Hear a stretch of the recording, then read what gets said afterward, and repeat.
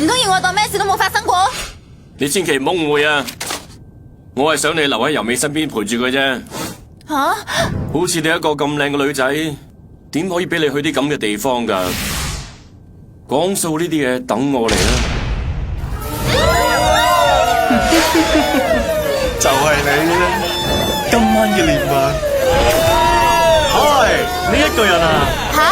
你講咩話？我聽唔到喎。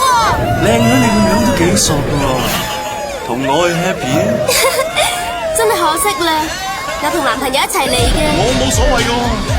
好痛啊！你想做咩啊？喂，你想對小芬點樣啊？係邊個俾你掂我噶？哥仔，你係識做嘅話，就代好佢，嗱嗱聲過住啦。係嘅，係咁，小芬，我走先啦。